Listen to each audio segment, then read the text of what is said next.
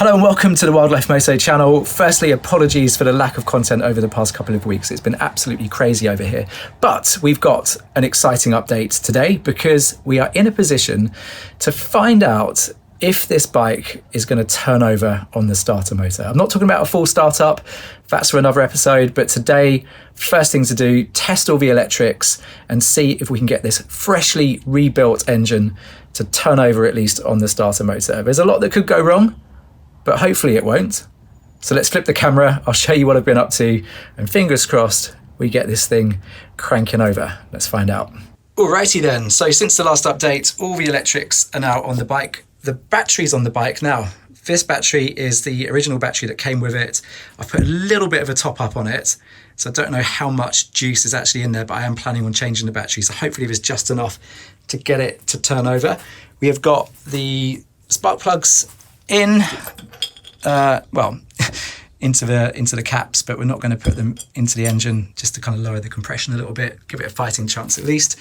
All the electrics kind of tidied up. We've also got the throttle cables in there and things like that. So that was one of the last jobs that I did, just making sure that we've got good action.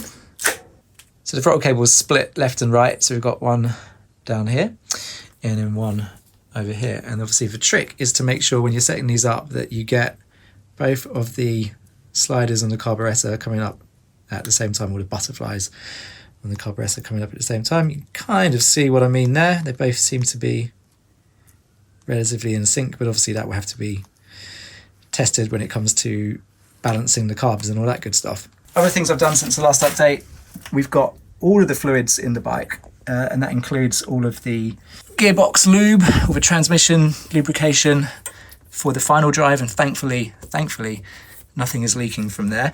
I did have a little bit of drama with the little drain under here for the swing arm. I, like a proper numpty, installed it with the wrong size crush washer, and that leaked, but thankfully that's okay now. So that's all good. We've got oil in the engine, so one of the things we're going to want to check when we get to turn this thing over is that we extinguish our little oil light. And first check, got to make sure why we don't see any lights at all. So why is that? Well, the good news is we've got our little green LED lights on here, so that's good. Maybe aha, that's the one, perfect. So good news so far, little green LED lights light up. Now, and one thing we've got to check is if this neutral light goes out. That would be a bit of a pain, to say the least, so hopefully we are in neutral. Let's just into first. Oh, thank God for that. It's gone out. Back into neutral. And that neutral light is lit up again. Now that's taken care of by a switch right at the bottom of the gearbox. Now I did check the resistance and all that before I installed it, but thankfully that's all okay, because getting to that switch is an absolute flipping nightmare. So we're good. Neutral switch, check. Right, next thing, the lights. So that's our lights off. That's the dash lights off, dash lights on, side lights on. Main beam, full, dipped. So that all seems to be working, and we're getting our high beam light up on the dash as well, so that is also good news. I can't test the horn because the horn's not installed yet. I've got a Fiam horn somewhere over there that's got to go on it. Also the blinkers, I suspect if I test the blinkers, they're going to go a bit bananas, and that's because the front wire is not connected, but the fact that we're getting a result on the back and up on the dash is good. And on the other side, happy days. Right, let's also check the brake lights.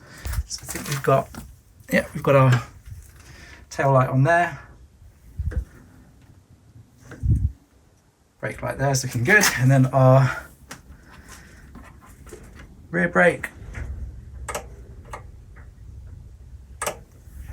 Das ist fantastisch. So it would appear that the electrics are all working.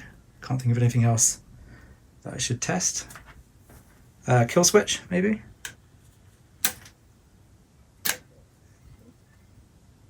Yep, seems to be working. I can hear the coil doing something as well. This green tape is just to remind me I've got to tighten this up. But well, I suppose the only thing left to do is to see if we can get this thing to turn over. Now, the reason I've been a little bit nervous about this is because it's a freshly rebuilt engine, pretty much at 0 hours. It's got new pistons, new nicker seal.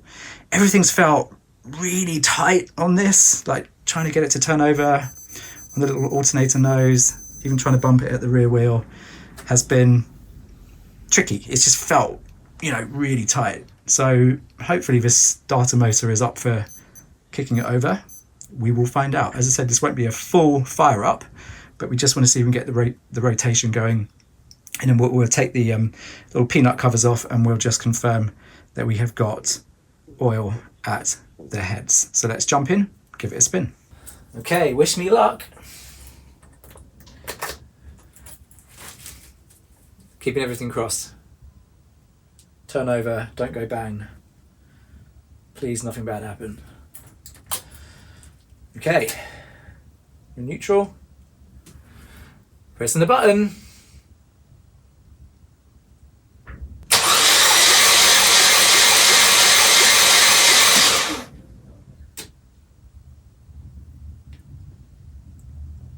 I think that worked.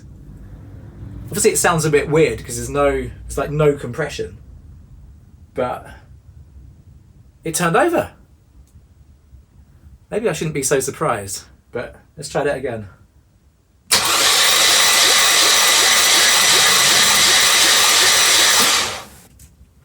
And we've got spark. Come on, have a look. Spark plugs are just grounded out at the moment.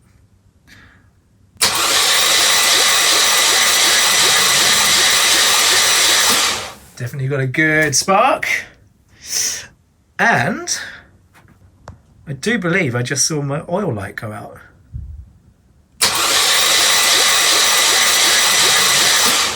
Oil pressure light is out.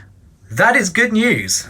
So that went, I think, about as well as I could have hoped for, actually. So we've managed to get the engine turning over. We've confirmed that we've got spark. Now, clearly this battery is on its last legs. Measuring it just now, it's reading under 12 volts, so it's pretty well depleted.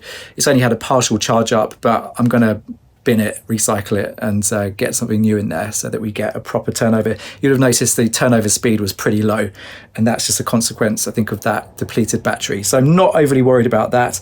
What I just wanted to make sure we were getting was A, a nice smooth turnover, B, getting to oil pressure.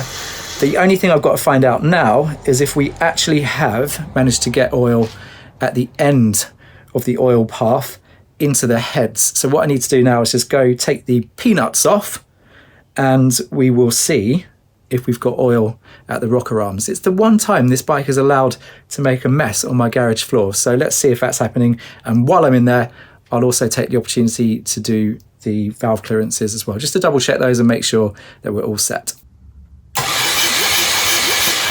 Woo! Right, so I think we can call that a success. So we've confirmed that we've got oil flowing all the way through the circuit and making its way to the end of the rocker arms, which is fantastic. That means it is completing its path. Yes, it made a mess all over my garage floor, but that's a good thing. We've done the valve clearances. We've also confirmed that all the electrics are working, which is brilliant. Obviously, we've got to sort out the battery because that is quite heavily depleted. But the really big thing is we have confirmed that this engine cranks over on the starter motor, feels nice and smooth, no immediate concerns there whatsoever. So we'll get a new battery in, we'll get this thing kind of fully charged and ready for its first startup. Then once that's done, I can grab things like my trusty carb tune over here and we'll get all the carburetors synced and balanced. We'll then just get the strobe light through the sight window and we'll make sure that we are firing correctly. Now the way to adjust that is just to grab the bean can on the front of the engine, and you can just change the offset on that to make sure we've got the ignition where it needs to be. The other aspect of this build that I'm really looking forward to getting completed is all the kind of fun stuff that's coming up. So we've got to get the paintwork on there. We've got a few nice little stickers and details and badges to get on the bike. It's just the kind of pretty bits now that we can finalize and actually start making this thing look like a proper motorbike, which is going to be a hell of a lot of fun, because it feels like for the past few months really I've just been staring at a pile of metal on my garage floor. So it is high time we started to make this thing look like the beautiful machine that we know it can be, and that's all coming up in future episodes on the Wildlife Moto channel. Thank you very much for watching this one, and until the next time, ride safe.